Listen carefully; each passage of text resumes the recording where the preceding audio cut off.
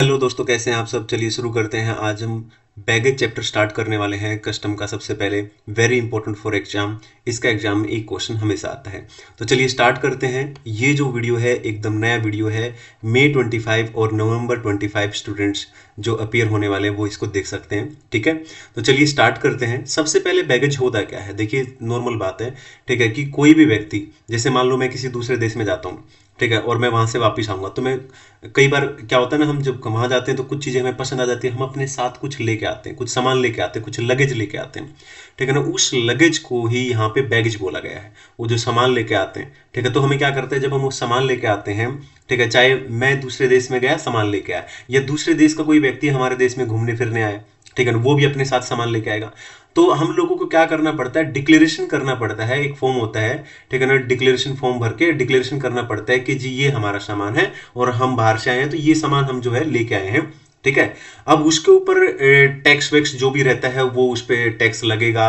ठीक है ना, कौन सा सामान अलाउड है या नहीं अलाउड है, वो सब चीजें वहां पे फिर देखी जाएंगी। तो बैगेज का मतलब है कि जब हम दूसरे देश में जाते हैं या दूसरे देश का व्यक्ति हमारे देश में आता है, तो वो अपने साथ कैसा लगेज लेके आ रहा है, ठीक है ना, उस लगेज को, ठीक है ना, उस लगेज को ही बैगेज बोला जाता है। आई होप क्लियर है। तो सबसे पहला पॉइंट यहाँ पे वन बाय वन करके चलेंगे, 100% कराने वाला हूं, ठीक है ना, और सारे के सारे स्टडी मैट के क्वेश्चन करा दूंगा E to Z जितने भी वहां पे दे रखे हैं।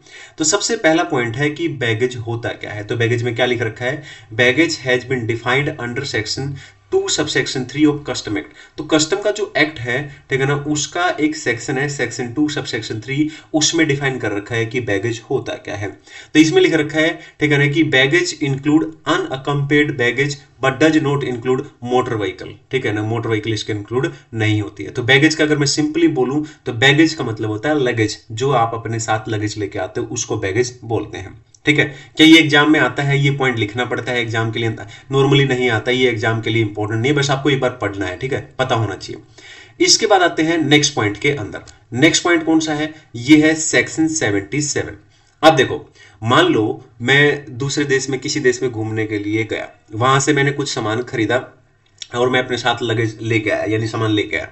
ठीक है, तो सेक्शन 77 क्या कहता है, सेक्शन 77 कहता है entry of baggage owner. Owner कौन है बैगेज का, यानी लगेज सामान का ओनर कौन है, मैं हूं। ठीक है, तो ये कहता है सेक्शन 77 कि जो भी सामान का ओनर है, ठीक है, जो सामान का ओनर है यानी बैगेज यानी कि लगेज का ओनर है, उसे क्या करना पड़ेगा, डिक्लेरेशन फॉर्म भरना पड़ेगा, डिक्लेरेशन करना पड़ेगा सेक्शन 77 के हिसाब से। ये बताना पड़ेगा प्रोफेसर को, ठीक है ना, कि भाई मैं ये सामान लेके आया हूं, ठीक है ना, ये कंटेंट आप चेक कर लो, ठीक है ना, और ताकि वो उसको क्लियर करे, फिर मैं जो है उस सामान को लेके आऊं। कौन सा सामान अलाउड होगा नहीं अलाउड होगा वो सब फिर वहां पे देखा जाएगा। तो सेक्शन 77 आई होप क्लियर है। तो पढ़ लेते हैं। Under this section the owner, owner यानी कि मैं, ऑफ द बैगेज, बैगेज मतलब कि जो मैं सामान लेके आ रहा हूँ, ठीक है ना, has to make a declaration, मुझे डिक्लेरेशन करना पड़ेगा, ठीक है ना, कि मैं कौन सा सामान लेके आ रहा हूँ, ठीक है ना, कौन कौन सा सामान लेके आ रहा हूँ, किसको, प्रोफेसर को, ठीक है ना, ताकि वो सामान को क्लियर कर दे, है ना, और मैं ले आऊं, बस बात खत्म। आगे चलते हैं और अगले पॉइंट पे आ जाते हैं। अब बात आती है कि जब भी कोई व्यक्ति, ठीक है ना, फॉरेन कंट्री में जाता है और सामान लेके आता है, यानी कि लगेज यानी कि बैगेज, या दूसरे देश का व्यक्ति हमारे देश में आता है और अपने साथ कुछ लगेज लेके आता है, ठीक है ना, तो क्या उसके ऊपर टैक्स चार्ज किया जाता है, क्या उसके ऊपर टैक्स चार्ज किया जाता है। देखो, सभी आइटम के ऊपर टैक्स चार्ज नहीं होता है, सभी के ऊपर टैक्स नहीं लगता है, ठीक है ना, लेकिन कुछ आइटम्स है जिनके ऊपर टैक्स लगता है। तो वो अभी हम धीरे धीरे सीखेंगे कि कौन से आइटम्स पे टैक्स लगता है, कौन सी पे नहीं लगता है। लेकिन उससे पहले सवाल ये उठता है कि क्या रेट होता है, जो अफेक्टिव टैक्स रेट होता है, ठीक है, रेट ऑफ ड्यूटी होता है, जो एज पर सेक्शन 78 दे रखा है, वो है 35% प्लस 10%, यानी कि 38.5% का रेट याद रख लो बस। बैगेज का क्वेश्चन आते ही यही रेट आपको अप्लाई करना हमेशा, और कुछ सोचने की जरूरत नहीं है, एकदम यही रेट आपको लगाना है। पहली बात क्लियर है। आगे चलते हैं। अगर कोई भी व्यक्ति है वो अपने साथ एक लैपटॉप लेके आता है तो लैपटॉप अलाउड होता है। लैपटॉप अगर कभी भी आपको प्रैक्टिकल क्वेश्चन में मिलेगा बैगेज वाले में, तो समझ लेना, ठीक है ना, वो एग्जेम्प्ट होता है, ठीक है ना, उसमें कुछ नहीं करना है, नील लिखना है या फिर खाली डैश लगा देना, ठीक है ना। एक लैपटॉप, अगर आप बाहर जाते हैं एक लैपटॉप लेके आते हैं और आपकी एज जो है 18 साल के हैं या 18 साल से ज्यादा है, तो कोई दिक्कत नहीं है, एक लैपटॉप आपको अलाउड होता है, ठीक है ना, वो एग्जेम्प्ट हो जाएगा, ठीक है ना। इसके अलावा अगर आप इन्फेंट है, कोई इन्फेंट मतलब 2 साल तक का कोई बच्चा है, ठीक है ना, उसके लिए पर्सनल इफेक्ट की कोई चीजें लेके आते हैं, उसके पर्सनल यूज के लिए कोई चीजें लेके आते हैं, पर्सनल इफेक्ट के लिए कोई चीजें यूज लेके आते हैं, ठीक है ना, तो वो एग्जेम्प्ट होता है, वो एग्जेम्प्ट होता है। क्या होता है? एग्जेम्प्ट होता है। ठीक है, इसके अलावा आगे चलते हैं। Used personal effect of infant for child, ठीक है ना, फॉर डोनेशन, ये टैक्सेबल होता है। अब बहुत बारीकी से क्वेश्चन समझने वाली बात है। अगर मैं एक इंडियन ओरिजिन हूं, इंडियन रेजिडेंट हूं, और मैं किसी दूसरे देश में जाता हूं और मैं, ठीक है ना, इन्फेंट के लिए कोई पर्सनल इफेक्ट लेके आता हूं, तो दैट इज एग्जेम्प्ट।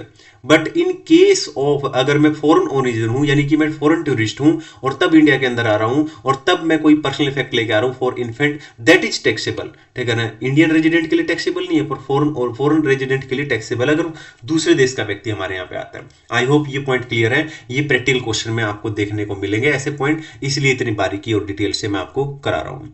ठीक है, सबसे पहले, ठीक है, फास्ट ट्रैक बैच डाल रहा हूँ मैं आपके लिए फ्री में, पूरा फास्ट ट्रैक बैच। ठीक है ना, आप लोग क्या करेंगे, ये नोट्स लेने के लिए आप लोग मेरा टेलीग्राम चैनल ज्वाइन करेंगे। ठीक है ना, और एकदम प्रॉपर तरीके से आपको स्टडी करनी है, डिटेल स्टडी करनी है, बहुत ज़्यादा डिटेल स्टडी करनी है। ठीक है ना, तो आपको मैं यहाँ पे क्या क्या कराने वाला हूँ, मैं यहाँ पर आपको कॉन्सेप्ट्स करा दूंगा, कॉन्सेप्ट्स के साथ में स्टडी मैट के प्रैक्टिकल क्वेश्चंस करा दूंगा। ठीक है ना, जब आप इतना कर लोगे तो आप किसी भी सर का एक कंपाइलर खरीद सकते हैं और उस कंपाइलर के सारे क्वेश्चन आप निकाल लेंगे। ठीक है ना, लेकिन स्टडी बहुत डीपली होनी चाहिए, कोई भी चैप्टर आपको छोड़ना नहीं है। ठीक है ना, एक भी चैप्टर नहीं छोड़ना है। मैं यहाँ पे 100% सिलेबस कराऊंगा, यानी कि एक भी चैप्टर नहीं छोड़ूंगा मैं यहाँ पे। ठीक है ना, तो 100% सिलेबस यहाँ पे हो जाएगा आपका। ये फास्ट ट्रैक बैच आपके लिए बिल्कुल फ्री रहेगा। अब इसके बाद चलते हैं, नेक्स्ट पॉइंट जो हमें सीखना है वो है दोस्तों ये। ठीक है ना, ये पॉइंट है, एक रूल दे रखा है बैगेज के अंदर, रूल 3। ये रूल 3 क्या बोलता है समझने की कोशिश करना। ये कहता है कि कोई भी इंडियन रेजिडेंट, जैसे कि मैं हूं इंडियन रेजिडेंट हूं, राइट, और arriving from any country other than Nepal, Bhutan and Myanmar, Nepal को छोड़कर, भूटान को छोड़कर और म्यांमार को छोड़कर अगर एक इंडियन रेजिडेंट, ठीक है ना, किसी और देश से, ठीक है, चाहे वो यूएस है, ठीक है ना, चाइना है, चाहे वो ऑस्ट्रेलिया है, किसी और कंट्री, इन तीन को छोड़ दो, नेपाल, भूटान और म्यांमार, इनको छोड़कर अगर कोई इंडियन रेजिडेंट कहीं और किसी और जगह से आता है, ठीक है ना, is allowed duty free clearance. ठीक है ना, तो उसको क्या है, कुछ चीजें, ठीक है ना, अलाउड होती है, उसके ऊपर, ठीक है ना, क्या है, जो है उससे कोई टैक्स चार्ज नहीं किया जाएगा, कोई कस्टम ड्यूटी उसके ऊपर नहीं लगेगी। जैसे कि अगर, ठीक है ना, पर्सनल इफेक्ट दिखेगा आपको, प्रैक्टिकल क्वेश्चन में लिखा मिलेगा पर्सनल इफेक्ट 80,000, बात खत्म, एग्जेम्प्ट, नील, कुछ नहीं करना उसका। एंड अगर क्वेश्चन में मिले आपको प्रैक्टिकल क्वेश्चन में ट्रेवल सोविनियर, ठीक है ना, लिखा मिलेगा, बात खत्म। अमाउंट कितना है मैटर ही नहीं करेगा, यहाँ पे लिख रखा है विदाउट एनी वैल्यू लिमिट, यानी कि कोई लिमिट नहीं है, 1 लाख, 2 लाख, 5 लाख, 20 लाख, कुछ भी लिखा हो कोई फर्क नहीं पड़ता। तो पर्सनल इफेक्ट दिखा आपको, सामने वैल्यू लिख रखी है प्रैक्टिकल क्वेश्चन में, एग्जेम्प्ट, बात खत्म। इंडियन रेजिडेंट किसी दूसरे देश से आया है, ठीक है ना, और पर्सनल इफेक्ट कोई सामान लेके आया अपने साथ बैगेज के अंदर, लगेज के साथ, या ट्रेवल सोविनियर लेके आया है, ठीक है ना, ये वर्डिंग आपको याद करनी है, ये लिखी मिलेंगी, डोंट वेरी, ये दोनों वर्ड, ठीक है, प्रैक्टिकल क्वेश्चन में, एग्जेम्प्ट, बात खत्म। इसके अलावा अगर कोई भी आर्टिकल है, जो कि हम पढ़ेंगे कौन से आर्टिकल की हम बात कर रहे हैं, ठीक है ना, वो अलाउड है, लेकिन इंडियन रेजिडेंट के लिए, ठीक है ना, सिर्फ 50,000 तक ही अलाउड है, यानी कि उसको GFA, general duty free baggage allowance allowed है, ठीक है ना, कितने रुपए तक, 50,000 रुपए तक। ये मैं क्या कह रहा हूं, थोड़ा बहुत अभी आपने पहली बार अगर पढ़ा है तो नहीं समझ में आएगा, डोंट वेरी, मैं प्रैक्टिकल क्वेश्चन में आपको बताऊंगा। अगर कोई भी इंडियन रेजिडेंट है, किसी भी कंट्री से आता है, नेपाल, भूटान, म्यांमार, उसको छोड़ दो, अगर किसी भी कंट्री से आता है, ठीक है ना, और पर्सनल इफेक्ट, ट्रेवल सोनियर, इनको छोड़ दो। वन लैपटॉप कंप्यूटर मैंने आपको बताया था, वो वैसे ही एग्जाम्प्ट होता है, पीछे बताया था आपको, ठीक है ना। इसके अलावा और जो भी आर्टिकल्स हैं, ठीक है ना, और वो उसके ऊपर जीएफए अलाउड होता है, ठीक है ना, जो कि 50,000 रुपए तक अलाउड होता है। वहीं पर अगर इंडियन रेजिडेंट नेपाल, भूटान और म्यांमार से आता है तो बाकी चीजें सेम रहने वाली हैं, बाकी सब कुछ सेम रहेगा, वैसे यहाँ 50,000 की जगह पर उसको जीएफए 15,000 का अलाउड होगा। ये क्या बोल रहा हूं मैं, ये आपको अभी डोंट वेरी प्रैक्टिकल क्वेश्चन में आपको समझ में आ जाएगा। यहां पर रूल 4 क्या कहता है, रूल 4 यही बोल रहा है कि ऊपर वाला क्वेश्चन सेम टू सेम जो रूल 3 में लिखा है, ये कह रहा है कि एज इट इज पूरा सेम टू सेम चिपकाना है, ठीक है ना, बस 50,000 की जगह पे 15,000, ठीक है ना। और वहां पर क्या लिख रखा था, नेपाल, भूटान एंड म्यांमार को छोड़कर अगर किसी और कंट्री से आ रहा है, लेकिन रूल 4 बोल रहा है, ठीक है ना, कि अगर कोई भी इंडियन रेजिडेंट, ठीक है, नेपाल, भूटान और म्यांमार से आ रहा है, ठीक है ना, तो उसको 15,000 रुपए तक का जीएफए अलाउड है, ठीक ठीक है ना। बाकी चीजें तो अलाउड है ही, जो ऊपर लिख रखा है पर्सनल इफेक्ट वगैरह वगैरह, वो सब चीजें की बात नहीं कर रहे हैं। यहाँ पे बात हो रही है जीएफए कितना अलाउड है, जो यहाँ पे 50,000 है उसकी जगह पे 15,000 है, ठीक है ना। और याद रखना इंडियन रेजिडेंट, ठीक है ना, कहां से आ रहा है, नेपाल, भूटान और म्यांमार से। ऊपर वाले में नेपाल, भूटान और म्यांमार को छोड़कर। आगे चलते हैं, ठीक है ना, आगे चलते हैं। रूल 3, ठीक है ना, ये रूल 3 किसके लिए है सर, ये रूल 3 है, ठीक है, टूरिस्ट ऑफ फॉरेन ओरिजिन, यानी किसी दूसरे देश का व्यक्ति हमारे देश में आ रहा है, एक्सक्लूडिंग इन्फेंट, इन्फेंट की बात नहीं की गई है, इन्फेंट मतलब 2 साल तक का बच्चे की बात कर रहे हैं, ठीक है ना। Is allowed duty free clearance, उसको ड्यूटी फ्री क्लियरेंस अलाउड है, ठीक है ना, जैसे हमें अलाउड था इंडियन रेजिडेंट को। पर्सनल इफेक्ट इसको भी अलाउड है, हमें भी था, विदाउट एनी लिमिट। ट्रेवल सोविनर इसको भी अलाउड है, हमें भी अलाउड था, ठीक है ना। और आर्टिकल, ठीक है, ये बात याद रखना कि इंडियन रेजिडेंट को अलाउड था 50,000 तक और इसको अलाउड है 15,000 तक, ठीक है ना, 15,000 तक, ये बात आप ध्यान रखेंगे। चलिए आगे चलते हैं। इसके अलावा एक रूल है यहाँ पर, रूल 5। एवरी सिंगल पॉइंट जो भी नोट्स में मैंने दे रखा है important important important important important, ठीक है ना। रूल 5 क्या कहता है, ज्वेलरी की बात करता है। ये कहता है कि कोई भी मान लेते हैं, कोई भी पैसेंजर है इंडिया का, इंडियन रेजिडेंट पैसेंजर है कोई, ठीक है ना, जो अब दूसरी कंट्री में गया हुआ था और वहां पर वो 1 साल, यहां पर वर्डिंग पढ़ना बहुत ध्यान से, मोर देन 1 ईयर, 1 साल से ज्यादा, ठीक है ना, वो दूसरे देश में रहा है, उसके बाद वो इंडिया में आ रहा है, ठीक है ना। अब या तो वो आदमी हो सकता है, जेंटलमैन हो सकता है, या फिर वो लेडी पैसेंजर हो सकते हैं।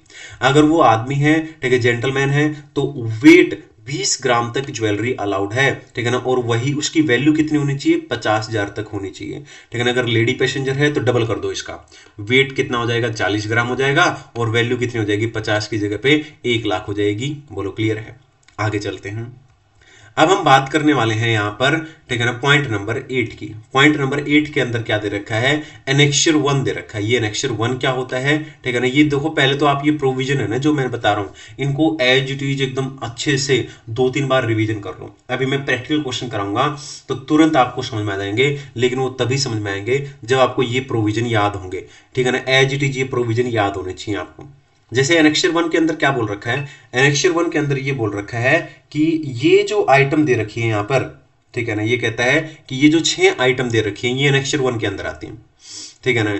और इनके ऊपर जीएफए अलाउड है, ठीक है ना। कौन कौन सी, जैसे कि फायर आर्म्स। अब फायर आर्म्स के ऊपर, ठीक है ना, फायर, अब देखो आपको पता है ना यहाँ पर रेट कितना है, 38.5%, ठीक है ना, 38.5% का रेट है, ठीक है ना। फायर आर्म्स मतलब, ठीक है ना, वही बंदूकें, कार्ट्रिज मतलब बंदूकों की गोलियां, ठीक है ना, कितना, एक्सीडिंग 50, ठीक है ना, एक्सीडिंग 50, ठीक है, 50 तक जीएफए अलाउड है, 50 के बाद नहीं अलाउड, ठीक है ना। सिगरेट्स हो गया, एक्सीडिंग 100 तक अलाउड है, 100 स्टिक्स सिगरेट्स की। सिगार 25 तक अलाउड है, ठीक है ना। एंड टोबैको 125 ग्राम तक अलाउड है, उसके ऊपर का अलाउड नहीं है, ठीक है ना। मतलब इतने तक आपको क्या मिल जाएगा, जीएफए मिल जाएगा। फायर आर्म्स के ऊपर कुछ नहीं मिलेगा आपको, फायर आर्म्स के ऊपर कुछ नहीं मिलेगा, ठीक है ना। फायर आर्म्स के ऊपर कोई जीएफए नहीं मिलेगा, है ना। एल्कोहलिक लिकर और वाइन, वाइन कितने तक अलाउड है, 2 लीटर तक अलाउड है। यानी कि अगर वाइन लिख रखा है क्वेश्चन के अंदर 1.5 लीटर, है ना, ये क्वेश्चन में लिख रखा है 2 लीटर, ठीक है, 1.8 लीटर, तो इतने तक अलाउड है, ठीक है ना। उस वैल्यू को हम इंक्लूड कर लेंगे, ठीक है ना, काउंट कर लेंगे जब वैल्यू निकालेंगे जिसके ऊपर हम, ठीक है ना, अपना रेट अप्लाई करने वाले हैं, ठीक है। और लेकिन उसके ऊपर पहले हम जीएफए देंगे। ये जीएफए कैसे देते हैं वो मैं अभी आपको प्रैक्टिकल क्वेश्चन के अंदर समझाऊंगा। गोल्ड और सिल्वर एनी फॉर्म, ये तो आता नहीं है नॉर्मली, ठीक है ना, लेकिन बस याद कर लेना। ये हो गया एक flat panel television, LCD, LED वगैरह, ठीक है। चलिए अब आगे चलते हैं। कुछ और पॉइंट है जो आपको पता होना चाहिए, ठीक है। क्या, ये जो पहले के 3 पॉइंट है इनकी बात कर रहे हैं यहाँ पे, ये 3 पॉइंट है इनकी बात हो रही है यहाँ पे, ठीक है ना। फायर आर्म हो गया, कार्ट्रिज होगा, ठीक है ना। एक्सीडिंग 50 की बात कर रहे हैं, ठीक है ना। 50 तक कार्ट्रिज मतलब जो बंदूक की गोलियां होती है, वो 50 तक अगर है उसका जीएफए अलाउड है, 50 से ऊपर, ठीक है ना, जीएफए अलाउड नहीं है। और सिगरेट की 100 स्टिक्स के ऊपर की बात कर रही है, एक्सीडिंग, ठीक है। तो ये कहता है कि उसके ऊपर 100% का रेट एप्लीकेबल होता है, 38.5% का रेट एप्लीकेबल नहीं होता है, ठीक है। एक बार ये प्रोविजन ना 2-3 बार आप रिवीजन कर लो, ठीक है ना, 2-3 बार अच्छे से ये प्रोविजन रिवीजन कर लो। अगर ये 2-3 बार आप अच्छे से रिवीजन कर लेते हो, फिर आप प्रैक्टिकल क्वेश्चन करना मेरे साथ। प्रैक्टिकल क्वेश्चन बहुत नॉर्मल है, मैं सारे प्रैक्टिकल क्वेश्चन यहां पे करा दूंगा। आप सबसे पहले निकाल लेंगे दोस्तों, ठीक है ना, अपना स्टडी मेट का पेज नंबर 5.57, पेज नंबर निकालेंगे स्टडीमेट का। ये नया स्टडीमेट है, अगर आप जाओगे, ठीक है, अभी तुरंत अगर आप ICAI की वेबसाइट पे जाएंगे तो वहां पर आप देखेंगे कि उन्होंने नया स्टडीमेट मई 25 नवंबर 25 के लिए डाल दिया है, लेकिन 2 ही मॉड्यूल डाले हैं उन्होंने, ठीक है। तो कस्टम का पूरा पोर्शन डाल दिया है, तो कस्टम सारा का सारा है, तो कस्टम का जो बैगेज है वो बैगेज मैं करा रहा हूं, ठीक है, मई 25 के लिए और नवंबर 25 के लिए जो एप्लीकेबल है। 5.57, ठीक है ना, पेज पे यहां पर एक क्वेश्चन दे रखा है, इस क्वेश्चन को हम अभी करने वाले हैं। अब पढ़ते हैं इसको, और जो भी मैं पढ़ाऊंगा चैप्टर पहले आप यहां से पढ़ेंगे अच्छे से प्रोविजन, फिर आप क्या करेंगे, ये या तो आप ये नोट्स निकलवा लो, ठीक है, सारे के सारे, ठीक है ना। अगर नहीं निकलवा लें तो नोट्स लिख लो, निकलवा लोगे तो आपका टाइम बच जाएगा, तो निकलवा लो आप अच्छे से, है ना, नोट्स निकलवा लो, और फिर जो प्रोविजन है ना उनको अच्छे से लर्न कर लो, याद कर लो, और एक एक चीज समझ के अंडरस्टैंडिंग से, और फिर प्रैक्टिकल क्वेश्चन एक क्लास देखते ही उससे अगले दिन, मैं एक दिन छोड़ के एक दिन क्लास डालूंगा, MWF में मैं क्लास डालूंगा आपको, फास्ट ट्रैक बैच की जो क्लास डालने वाला हूं मैं डालूंगा MWF के अंदर, ठीक है। तो आप क्या करेंगे, जैसे मान लो मैंने मंडे को वीडियो डाल दिया, तो आप क्या करेंगे, ठीक है ना, जो चैप्टर मैंने डाला है उसके नोट्स मैं आपके साथ शेयर कर दूंगा, वो नोट्स जाके आप निकलवा लो अपने ट्यूसडे को, ठीक है ना, और उसको फिर जो है एक बार वीडियो दोबारा देख के और उसको अपने हाथ से अगले दिन एक बार 2-3 घंटे लगा के सारे क्वेश्चन बना लो, सारे प्रोविजन अच्छे से कर लो, साथ साथ में जरूर करना है, ठीक है ना, बिल्कुल। जब आप पहली बार पढ़ रहे हो, ठीक है ना, पहली बार पढ़ रहे हो तो सारे के सारे नोट्स निकलवा के, सारे प्रोविजन दे रखे हैं यहाँ पर, ठीक है ना, प्रैक्टिकल क्वेश्चन स्टडीमेट के दे रखे हैं, एक किसी भी सर का कंपाइलर खरीद लेना आप, ठीक है ना, अभी किसी का भी कंपाइलर मुझे लगता नहीं आया होगा, ठीक है ना, आ जाएगा बहुत जल्दी, ठीक है, तो सबके में लगभग सभी क्वेश्चन होते हैं, तो आप किसी का भी कंपाइलर ले लेना, इतना करने के बाद वो कंपाइलर के सारे क्वेश्चन आप बना लेना, एक भी क्वेश्चन आपको अटकोगे नहीं बिल्कुल भी, ठीक है। तो चलिए शुरू करते हैं। तो यहां पर एक बंदा है मिस्टर सुजोय, जो कि इंडियन है, देखो इंडियन है और इंडियन पैसेंजर है, कहाँ गया, लंदन, मतलब आप सोचो जरा कि इंडिया का व्यक्ति है, यानी कि मैं हूं, मैं कहाँ गया हूं, लंदन गया हूं, ठीक है ना, मैं नेपाल नहीं गया हूं, म्यांमार भूटान वहां से नहीं, वहां की बात नहीं हो रही है, ठीक है, मैंने आपको बताया था नेपाल भूटान, ठीक है ना, म्यांमार, ये 3 कंट्री, आप वापिस ऊपर जा जाओ, एक बार दोबारा देख लेते हैं, कोई जल्दबाजी नहीं अपने को, जब तक होएगा नहीं तो याद कैसे चलेगा। इंडियन रेजिडेंट हूं मैं, ठीक है ना, कहां से नहीं आ रहा मैं, ठीक है ना, मैं तो लंदन से आ रहा हूं, ठीक है ना, अदर देन लिख रखा है, अदर देन, यानी नेपाल भूटान और म्यांमार से नहीं आ रहा हूं, वही तो बात कह रहा है, ये भी ये कह रहा है अदर देन, इनसे नहीं आना आपको, इसके अलावा अगर कहीं से आ रहे तो ये रूल लग जाएगा, ये रूल लग जाएगा। आई होप क्लियर है, आपने आइडेंटिफाई कर लिया होगा, तो रूल 3 लग जाएगा यहाँ पे। अब रूल 3 के हिसाब से क्या होगा, ये याद कर लेना, ये प्रोविजन, क्योंकि आपको एग्जाम में लिखना है, तो ये लाइनें तो आपको याद होनी चाहिए, है ना। अब वहां पे अगर पर्सनल इफेक्ट दे रखा होगा एग्जाम्प्ट है, ट्रेवल सोनियर दे रखा होगा एग्जाम्प्ट है, ठीक है ना, और बाकी GFA मिल जाएगा कितना, ठीक है ना, 50,000 का। ये कैसे होगा वो मैं आपको प्रैक्टिकल क्वेश्चन में आपको समझाऊंगा। आ जाते हैं वापिस से प्रैक्टिकल क्वेश्चन के ऊपर और यहाँ पर पढ़ लेते हैं, बिल्कुल मुंह जबानी क्वेश्चन निकल जाएगा दोस्तों।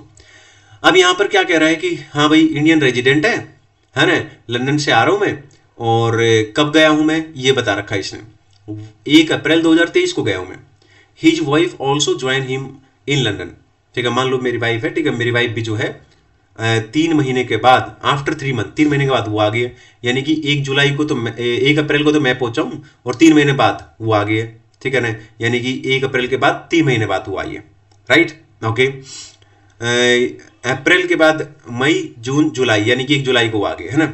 The following details are submitted by them, ठीक है ना, with the custom authority on their return. वो वापस कब आए हम लोग, रिटर्न आए, ठीक है, देयर रिटर्न, यानी दोनों हम वापस आ गए, कब आ गए, 15/4 को, 15/4 को हम वापस आ गए। ये जो पॉइंट है ना, आप सोच रहे हो ये क्या दे रखा है यार, ये पॉइंट क्यों बता रखी है, जो डेट वेट बता रखी है, ये मैं आपको बताऊंगा क्यों बता रखी है। अब बहुत ध्यान से आप समझना क्वेश्चन को, क्योंकि आप पहली बार पढ़ रहे हो, फास्ट ट्रैक बैच जरूर है, लेकिन बहुत डिटेल में हमें पढ़ना है, एक एक पॉइंट पे बात करनी है।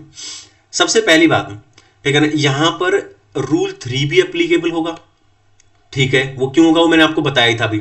इंडियन रेजिडेंट है, ठीक है ना, other than Nepal Bhutan Myanmar से आ रहा है, ठीक है, लंदन से आ रहा है, इसका मतलब देखो रूल 3, तो रूल 3 के प्रोविजन आपको याद होने चाहिए। रूल 5 भी एप्लीकेबल हो जाएगा। रूल 5 क्यों एप्लीकेबल हो जाएगा, क्वेश्चन पढ़ते हैं आपको समझ में आ जाएगा, वरना अगर आपने पहले कभी पढ़ा होता तो ये डेट से आप समझ जाते हैं, लेकिन आप क्वेश्चन पढ़ते हैं।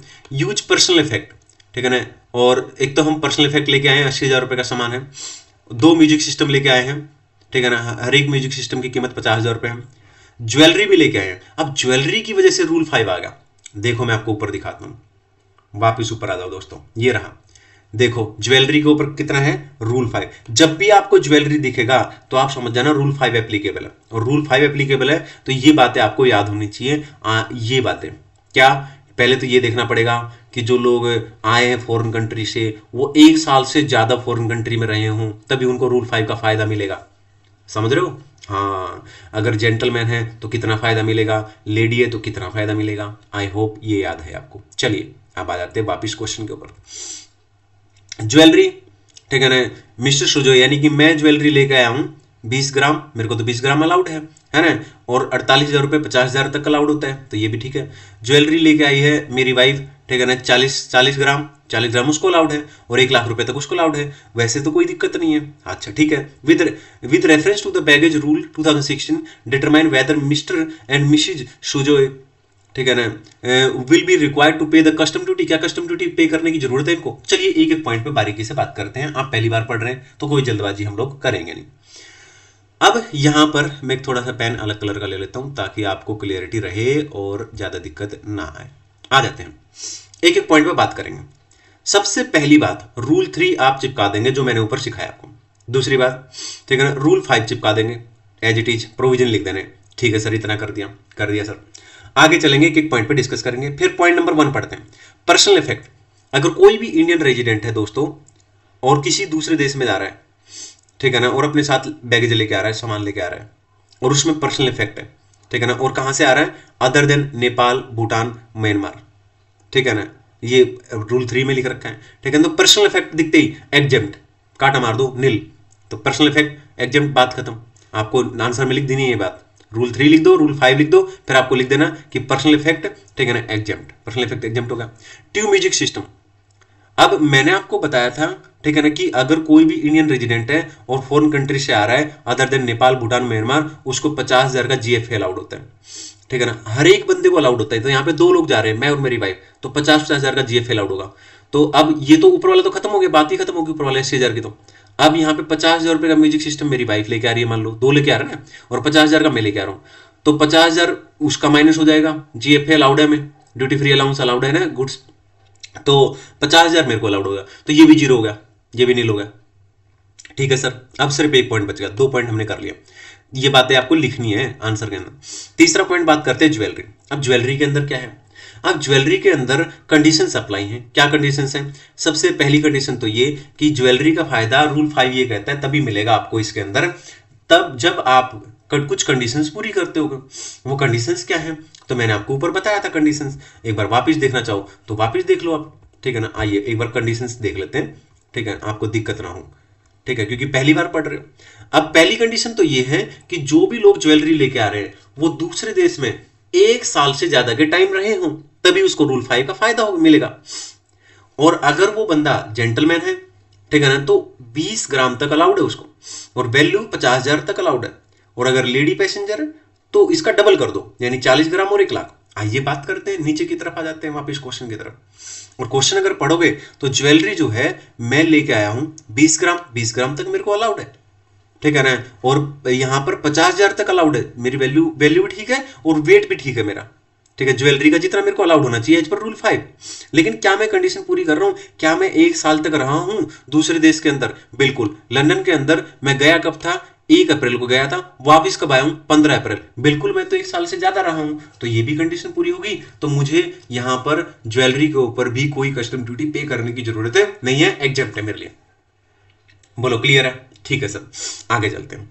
अब ज्वेलरी की बात करते हैं मेरी वाइफ के लिए, ठीक है ना, उसको मेरे से डबल यानी 40 ग्राम अलाउड है, ठीक है ना, और 1 लाख रुपए तक अलाउड है। यहां पे तो लिमिट ठीक है, पर सवाल ये उठता है कि एक और कंडीशन है। वो कंडीशन ये है कि वो भी तो 1 साल से ज्यादा रही हो वहां पे, लेकिन दोस्तों वो मेरे 3 महीने बाद गई थी, यानी 1 जुलाई को गई थी। तो 1 जुलाई से लेके 1 जुलाई के बाद ही तो 3 महीने पूरा साल होएगा, तो वो तो पूरे साल नहीं रही है, ठीक है ना, वो तो पूरे साल नहीं रही है, तो कंडीशन ब्रीच हो गई यहाँ पे। इसका मतलब ये हुआ कि उसको कस्टम ड्यूटी पे करनी पड़ेगी एंटायर 96,000 पे, ठीक है ना, जो भी रेट है 38.5%, उसको क्या करना पड़ेगा? कस्टम ड्यूटी पे करनी पड़ेगी। तो ये रहा आंसर आपके सामने, मैंने एक पॉइंट बारीकी से डिस्कस कर दिया।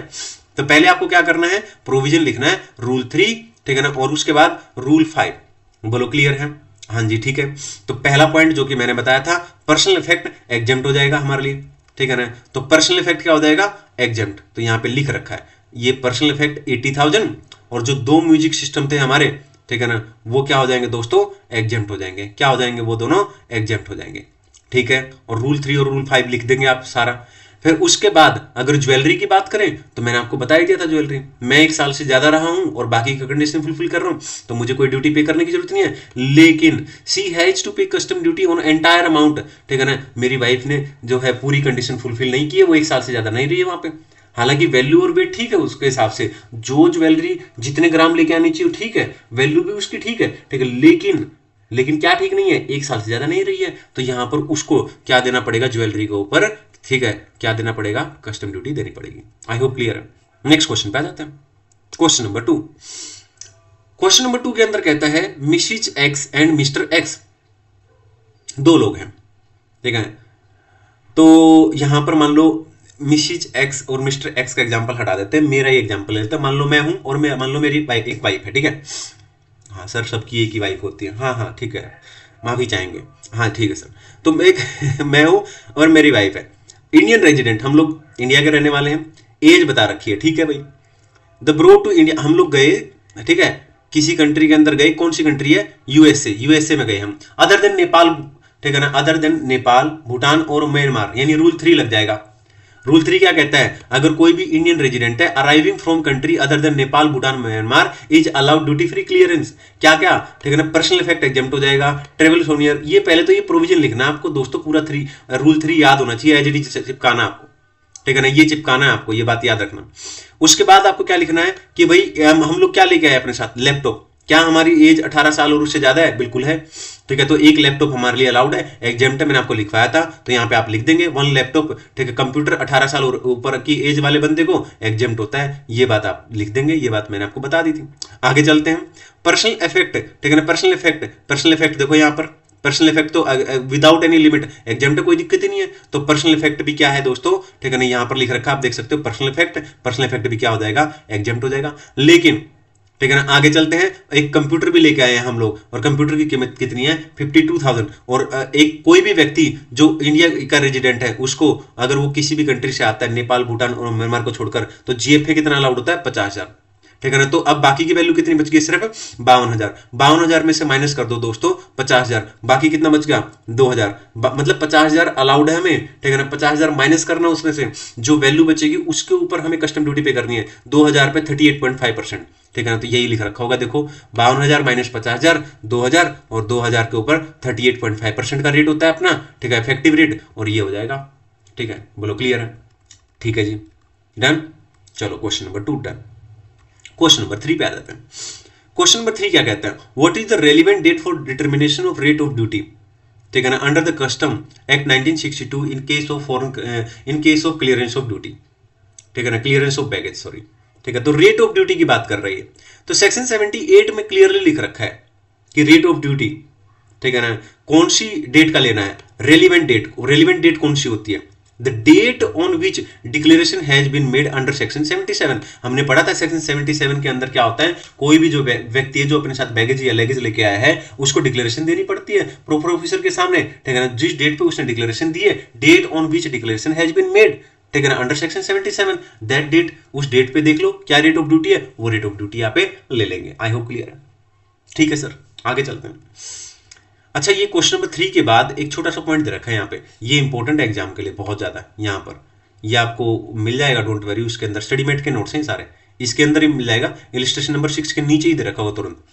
ये इसका आंसर नहीं है, ऊपर वाले का आंसर खत्म हो चुका है, ये जो आंसर है इसका यहीं पे खत्म हो गया। लेकिन यहाँ पे ना क्वेश्चन पॉइंट दे रखा है, temporary detention of baggage, section 80। ये बहुत इंपॉर्टेंट क्वेश्चन है, ये एग्जाम में आ जाता है कभी कभी। ये क्या है मैं आपको बताता हूँ। कई बार क्या होता है ना कि मान लो कोई व्यक्ति है, मान लो एक फॉरेन कंट्री में कोई बंदा है और वो हमारे देश में आया, ठीक है। अब वो कुछ ऐसा बैगेज ले आता है अपने साथ, यानी ऐसा लगेज ले आता है जो कि प्रोहिबिटेड है, मतलब रिस्ट्रिक्टेड है, हमारे यहाँ पे अलाउड नहीं है वो, ठीक है ना। तो उसे ये बात पता नहीं थी, अब वो आता है तो वहां पे प्रॉपर ऑफिसर से बोलता है कि भाई ये तो अलाउड नहीं है। तो कहता है जी अब मैं आपसे रिक्वेस्ट करता हूँ आप प्लीज इसे रख लो, अपने पास रख लो, आप इसे डिटेन कर लो, अपने पास रख लो, और जब मैं इंडिया छोड़ के जाऊंगा ना वापिस, तब आप मुझे दे देना, ठीक है ना। तो वो ऑफिसर क्या करेगा, उसकी रिक्वेस्ट पर अपने पास रख लेगा, और जब वो जाएगा इंडिया छोड़कर तो उसको वापस कर देगा। या फिर अगर मान लो वो भूल जाए तो सर, अब आप बोलोगे सर वो भूल गया तो भूल जाएगा तो उसके नाम में, ठीक है ना, उसके डिटेल तो होगी ना वहां पे, तो उसके नाम में क्या करेंगे, कार्गो कंसाइन कर देंगे उसके नाम में, ठीक है ना। या वो जिस व्यक्ति को एथोराइज करेगा कि जिस बंदे को दे देना, ये मेरी जान पहचान का बंदा, कोई दिक्कत नहीं, जिसको वो एथोराइज करेगा उसके साथ दे देंगे। ये कहानी आपको याद होनी चाहिए, ये कभी कभी एग्जाम में आ जाता है, वो भी 4 नंबर दिला देगा आपको फ्री में, फ्री फॉकेट एकदम बिल्कुल फॉकेट के नंबर। आगे चलते हैं, अब यहां पे आ जाते हैं नेक्स्ट पे। अब एक क्वेश्चन दे रखा है यहां पर, थोड़ा बड़ा कर लेते हैं वापिस, ठीक है। अब यहां पर आ जाते हैं, एक क्वेश्चन दे रखा है, ये क्वेश्चन है ट्रांजिट एंड ट्रांसशिपमेंट, ठीक है, ट्रांसशिपमेंट। अब देखो एक चीज मैं आपको बता दूं, आप आईडीटी की जब तैयारी करते हैं तो थ्योरी को बिल्कुल इग्नोर नहीं करेंगे। थ्योरी आपके फ्री में के नंबर दिलाएगी, तो आप थ्योरी की तैयारी अभी से स्टार्ट कर दो। पहली बात तो 100% पढ़ाई करके जानी है, बिल्कुल रिस्क नहीं लेना है, 100% पढ़ाई करके जानी है, ठीक है ना। 100% मतलब 100%, एक भी चैप्टर नहीं छोड़ के जाना है। दूसरी बात, थ्योरी नहीं छोड़ के जानी दोस्तों। थ्योरी अगर आपको मुश्किल लगती है तो अभी से पढ़ना शुरू कर दो। मे अटेम्प्ट अभी बहुत टाइम पड़ा हुआ है, 5 महीने पड़े हैं, तो अभी से तैयारी कर दो और थ्योरी अभी से पढ़ना शुरू कर दो। और एक एक पॉइंट, ये क्वेश्चन थ्योरी का आ सकता है एग्जाम में, बहुत ज्यादा इंपॉर्टेंट है, और आएगा तो ये 3 नंबर 4 नंबर का क्वेश्चन, 4 नंबर का आपको दिला देगा, ठीक है ना। अब ये क्वेश्चन क्या है, कुछ भी नहीं है, तीन पॉइंट के अंदर मैं इसको खत्म कर दूंगा, फालतू की बात ही नहीं करूंगा इसके ऊपर कि क्या होता है क्या नहीं है। Transit and transshipment of goods, तो ये जो ट्रांजिट होता है ना, ठीक है ना, यहाँ पे ट्रांजिट लिख रखा है, यहाँ पे ट्रांसशिपमेंट लिख रखा है, तो ये सेक्शन 50 के अंदर दे रखा है ना, और ये सेक्शन, ठीक है, 54, तो ये बात लिख देना, पहला पॉइंट होगा खत्म। अगला दूसरा पॉइंट, यहाँ पे सेम कन्वेंस होता है, यहाँ पे कन्वेंस चेंज हो जाता है, 2 पॉइंट हो गए याद, ठीक है ना। यहाँ पे जो रिकॉर्ड होते हैं वो कंटिन्यूटी होती है उसमें, और रिकॉर्ड में कोई कंटिन्यूटी यहाँ पे नहीं होती है। 3 पॉइंट याद हो गए, बात खत्म, नंबर लो, और इतनी ही बात बस। अब चलो एक क्वेश्चन और करते हैं। अब यहाँ पे क्वेश्चन दे रखा है, ठीक है ना, ये है mister Anil and his wife, एक व्यक्ति है, ठीक है, मान लो मैं हूं और मान लो मेरी वाइफ है, ठीक है। Mister Anil and his wife, मान लो मैं हूं, मेरी वाइफ है, इंडियन पैसेंजर, ठीक है ना, are returning from Dubai, Dubai से आए हैं, other than Nepal Bhutan Myanmar, है ना, यानी कि दुबई से आए हैं हम लोग, ठीक है ना, इंडियन पैसेंजर है, दुबई से आए हैं, ठीक है, टू इंडिया आफ्टर, वहां पर हम कितने दिन रहे, 2 साल रहे, 1 साल से ज्यादा रहे हम लोग, 2 साल रहे। They wishes to bring the gold jewellery purchase from the Dubai, ठीक है ना, तो प्रोविजन बताने हैं आपको कि क्या ज्वेलरी के बारे में है, तो रूल 5 लिखना दोस्तों, रूल 5 आपको लिखना है। रूल 5 जो मैंने आपको बताया था, ठीक है ना, कि अगर कोई भी, ठीक है ना, व्यक्ति है, इंडियन पैसेंजर है और किसी भी कंट्री से आता है, वो अगर वो वहाँ पे 1 साल से ज़्यादा रहा है और जेंटलमैन है तो 20 ग्राम और 50,000, ठीक है ना, और लेडी है तो 40 ग्राम और 1 लाख, ठीक है ना, इतने तक का उसको क्या है, अलाउड है ज्वेलरी के केस में। तो फिर उसके बाद आपको लिख देना है कि in the given case jewellery किसको कितना अलाउड है, बस वो लिख देना आप। ये हो गया क्वेश्चन। आगे चलते हैं, क्वेश्चन नंबर 6 की बात करेंगे दोस्तों, ठीक है ना। जैसा कि मैंने आपको बताया है, एक बार फिर से याद दिला देता हूँ, ठीक है ना, ये फास्ट ट्रैक बैच है और आपके लिए बिल्कुल फ्री है 100%। नोट्स लेने के लिए आप टेलीग्राम ज्वाइन कर लेंगे। इसके अलावा एक्स्ट्रा आपको क्या पढ़ना है, बहुत सारे लोग मुझे मैसेज करते हैं कि इसके अलावा क्या पढ़ना है। तो देखो दोस्तों, मैंने आपको नोट्स दे दिए हैं, ठीक है, जिसमें सारे कॉन्सेप्ट्स हैं, प्लस में स्टडी मेट के प्रैक्टिकल क्वेश्चन रहेंगे। आप किसी भी सर का एक कंपाइलर खरीद लो, उस कंपाइलर के सारे क्वेश्चन आपको बनाने हैं। लेकिन आपको एक बात जरूर ध्यान रखनी है, जब अब आप फर्स्ट टाइम पढ़ रहे हैं, मैं ये मान के चल रहा हूँ फर्स्ट टाइम पढ़ रहे हैं, और तो पहली बात तो ये ध्यान रखनी है कि जैसे ही चैप्टर आप पढ़ते हो, मेरा वीडियो देखा आपने, चैप्टर आपने नोट्स निकाल लोगे उसके, मैं एक दिन छोड़ के एक दिन वीडियो डालूंगा MWF में। तो आप क्या करेंगे, मान लो मंडे को आपने वीडियो देखा, मंडे को वीडियो देखा, ठीक है ना, और उसके नोट्स निकाल लो। ट्यूसडे को उसको, इस चैप्टर को, ठीक है ना, फिर से एक बार देख के, या फिर अगर आपने अच्छे से देख लिया है तो उस नोट से सारे के सारे प्रैक्टिकल क्वेश्चन अपने आप बना लो। और उसके प्रोविजन बहुत इंपॉर्टेंट होती है, प्रोविजन की लैंग्वेज बहुत इंपॉर्टेंट होती है, ठीक है। नंबर अगर आपको अच्छे लेने हैं तो लैंग्वेज आपको अच्छी लिखनी पड़ेगी, प्रेजेंटेशन भी इंपॉर्टेंट है, ठीक है ना, लैंग्वेज अच्छी लिखनी पड़ेगी। तो इसलिए आपको इस तरीके से साथ साथ में करना है। आपको एक दिन में वीडियो डालूंगा, अगले दिन आप उसको कर लोगे चैप्टर को, बात खत्म। उससे अगले दिन में वीडियो डालूंगा, उससे अगले दिन आप चैप्टर को खत्म कर दोगे। ऐसे करना है आपको, ठीक है ना। और सिलेबस 100% करना है, और थ्योरी नहीं छोड़ के जाएंगे। 25 नंबर की थ्योरी फ्री की, ठीक है। थ्योरी के कौन कौन से चैप्टर एग्जाम में आते हैं वो डोंट वेरी, जैसे ही कस्टम कंप्लीट हो जाएगा मैं आपको बता दूंगा, ठीक है ना, कि थ्योरी के कौन कौन से चैप्टर्स हैं और वो चैप्टर्स फिर हम करेंगे, ठीक है। तो पहले हम कस्टम कंप्लीट करेंगे, उसके बाद जीएसटी की सारी थ्योरी कंप्लीट करेंगे, ठीक है ना। लेकिन एक भी चैप्टर छोड़ के नहीं जाना है, रिस्क नहीं लेना है बिल्कुल भी। कोई भी नहीं बता सकता, ठीक है ना, कि किस चैप्टर से कितनी वेटेज रहने वाली है, कौन सा क्वेश्चन कहां से आएगा, क्या आएगा, ठीक है। तो 100% सिलेबस करके जाना है, ठीक है। चलिए अब यहां पर क्वेश्चन नंबर 6 करते हैं, ठीक है ना। तो जो उस पर कोई फॉरेन ओरिजिन है, एक बात याद रखना दोस्तों, इंडियन ओरिजिन है, ठीक है ना, और इंडिया को कोई व्यक्ति है, जैसे मैं हूं, ठीक है ना, और मैं इंडियन रेजिडेंट हूं, और मैं फॉरेन कंट्री गया, नेपाल, भूटान और म्यांमार को छोड़कर, और मैं वापस आया, तो जीएफए 50,000 अलाउड है। लेकिन अगर नेपाल, भूटान और म्यांमार से आता हूं तो 15,000 अलाउड है। लेकिन फॉरेन कंट्री का अगर कोई व्यक्ति है, ठीक है ना, वो इंडिया के अंदर आता है, ठीक है ना, तो उसे जीएफए 15,000 अलाउड है। कितना अलाउड है? 15,000। ये बातें आपको ध्यान रखनी। आगे चलते हैं।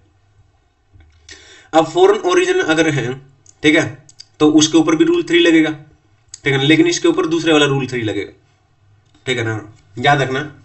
चलिए सर आप बात कर लेते हैं, क्या कहना चाह रहे हो। एक बार वापस ऊपर आ जाते हैं, मैं आपको बता देता हूं क्या कहना चाह रहा हूं। थोड़ा प्रोविजन दिखा देता हूं आपको, ठीक है ना। ये देखो रूल 3 मैंने पढ़ाया था आपको, ठीक है, ये आपको याद रखना है। इंडियन रेजिडेंट अगर और फॉरेन ओरिजिन है तो, ठीक है ना, ये वाला rule 4, sorry rule 4 not rule 3, वहां रूल 4 लिख देना, मैंने गलती से रूल 3 लिख दिया लगता है। अगर, ठीक है ना, एक मिनट, इसके बाद वाला होगा ना, हाँ ये रहा फॉरेन ओरिजिन का रूल 3 ही है, ठीक है, फॉरेन ओरिजिन का रूल 3 ही है, ये रहा। रूल 4 पढ़ने लग गया था मैं, ठीक है। रूल 3, तो रूल 3 क्या है, अगर कोई भी फॉरेन टूरिस्ट है, ठीक है ना, और वो आता है हमारे देश के अंदर, तो personal effect exempt, travel souvenir exempt, और 15,000 का जीएफए मिल जाएगा उसको, है ना, क्लियर है। लेकिन इन्फेंट के लिए अगर कुछ भी लेके आता है वो पर्सनल इफेक्ट, ठीक है ना, तो या तो वो जो है उसके लिए टैक्सेबल हो जाएगा। ये मैंने आपको बताया था। लैपटॉप, 1 लैपटॉप सबके लिए एग्जेम्प्ट होता है। ये सब बातें जो है छोटी मोटी आपको याद रखनी है। तो ये रूल 3 है, ठीक है ना। ऊपर वाला जो रूल 3 है वो है, ठीक है, ये वाला रूल, ये है इंडियन रेजिडेंट के लिए, और नीचे वाला है फॉरेन टूरिस्ट के लिए, ठीक है ना। अब यहाँ पे ये वाला लगेगा रूल 3 नीचे, जो मैं क्वेश्चन करा रहा हूँ, क्वेश्चन नंबर 6, ठीक है। आ जाते हैं नीचे, ये रहा। तो क्या कहता है ये, ठीक है ना, कोई फॉरेन कंट्री का कोई व्यक्ति है, वो हमारे देश में आ रहा है, तो भाई पहले तो रूल 3 पूरा का पूरा प्रोविजन ये ठीक लिख रखा मैंने, ठीक है। रूल 3 फॉरेन ओरिजिन वाला पूरा का पूरा लिख देंगे। उसके बाद क्या है, देखेंगे कि कौन कौन यहाँ पे बहुत सारी आइटम दे रखी है, देखते हैं भाई कितना क्या अलाउड है उसको। तो अगर ट्रेवल सोनियर है तो ये मैंने आपको बताया था, पूरा का पूरा एग्जाम्प्ट है दोस्तों, कोई दिक्कत नहीं है, ठीक है, पूरा का पूरा अलाउड है, एग्जाम्प्ट हो जाएगा ये तो एग्जाम्प्ट हो जाएगा, ठीक है। Other article carried in person, और कोई इसके अलावा कोई आर्टिकल है तो 1,50,000 उसको लिख लो, उस पर जीएफए मिलेगा, don't very. 120 sticks of cigarettes, ये एनेक्चर 1 मैंने आपको कराया था। एनेक्चर 1 को आपको रट्टा लगाना है, अच्छे से याद होना चाहिए, तभी आप कर पाओगे। अगर सिगरेट्स है तो सिगरेट्स दो दोस्तों, तो सिगरेट्स की 100 स्टिक्स अलाउड होती हैं, उसके ऊपर जीएफए मिलता है। तो 100 स्टिक्स इंटू में 100 रुपीज, 10,000 हो जाएगा, इसको ऐड कर लो, क्योंकि उसी के ऊपर जीएफए मिलता है, बाकी के ऊपर 100% रेट एप्लीकेबल होता है, मैंने आपको बताया था। फायर आर्म्स के ऊपर तो अलाउड ही नहीं होता जीएफए, ठीक है ना, इसके ऊपर तो जो है 100% का रेट एप्लीकेबल होता है, लेकिन कार्टेज पे होता है, जो बंदूक की गोलियां होती हैं, ठीक है ना, उसके ऊपर एप्लीकेबल होता है, ठीक है। लेकिन 50 तक ही एप्लीकेबल होता है, 50 से ऊपर अगर कार्टेज है तो उसके ऊपर 100% रेट एप्लीकेबल हो जाएगा। यहाँ 50 तक, तो 50 और एक कार्टेज की कीमत कितनी है, ठीक है ना, 500, तो 50 इंटू 500, ठीक है ना, ये हो जाएगा 25,000, ठीक है ना, और सबका टोटल कर दो 1,85,000। और मैंने आपको बताया था अगर कोई भी फॉरेन ओरिजिन है, इंडिया के अंदर आ रहा है, तो उसको जीएफए कितना अलाउड होगा, 15,000, तो 15,000 माइनस कर दो, 1,70,000 वैल्यू निकल गई, उसके ऊपर रेट एप्लीकेबल कर दो 38.5%, ठीक है ना। ये आ गया दोस्तों कस्टम ड्यूटी जो पे करनी पड़ेगी फॉरेन टूरिस्ट को जो हमारे यहाँ पे आ रहा है। बात खत्म, पहले प्रोविजन लिख देना और फिर ये लिख देना। क्वेश्चन नंबर 6 के बाद आ जाते हैं क्वेश्चन नंबर 7।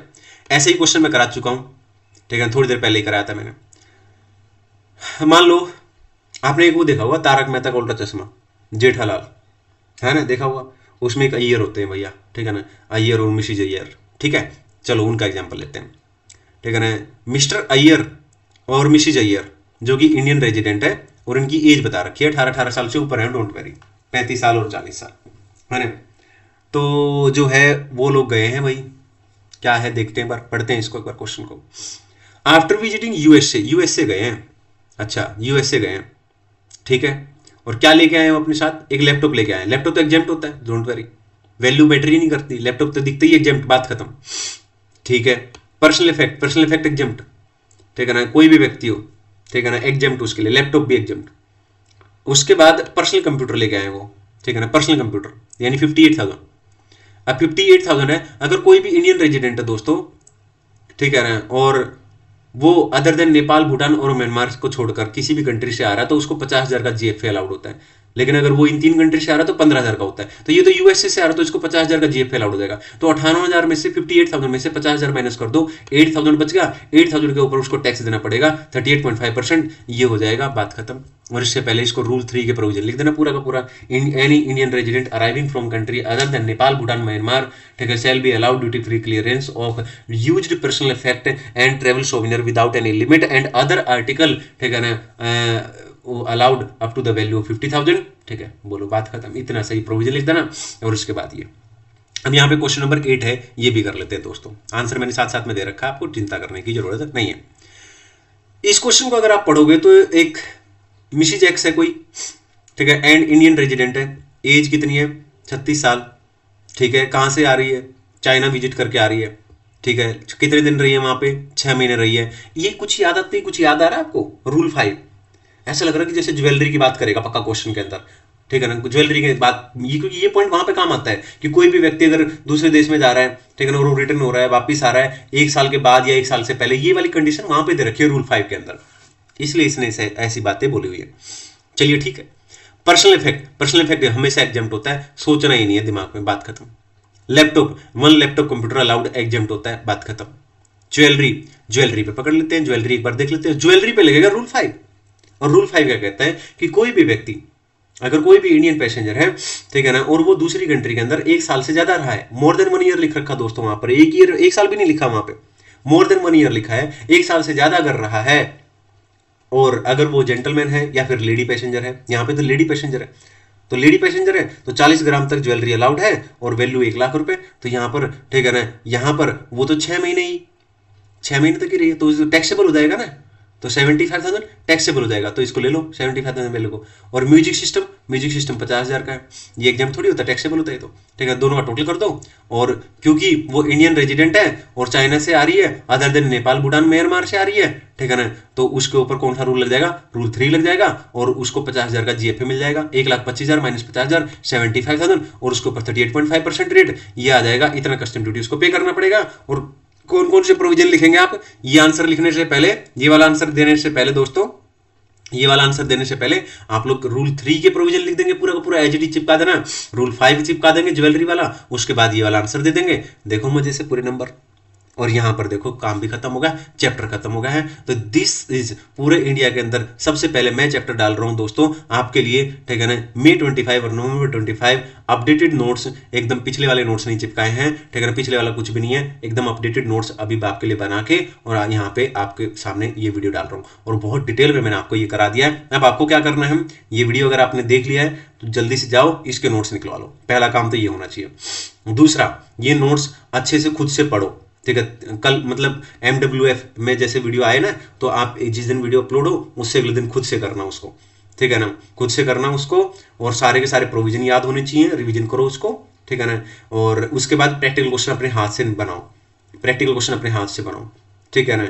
और उसके बाद आप क्या करेंगे, अभी किसी टीचर का कंपाइलर आया नहीं होगा, ठीक है ना, अगर आ गया मार्केट में तो किसी भी सर का आप कंपाइलर ले लो, उस कंपाइलर में जितने भी क्वेश्चन दे रखे प्रीवियस ईयर के, आप ये करने के बाद मैं गारंटी देता हूँ सारे क्वेश्चन आप आराम से बना लोगे, आपको कोई भी दिक्कत नहीं होगी, ठीक है ना।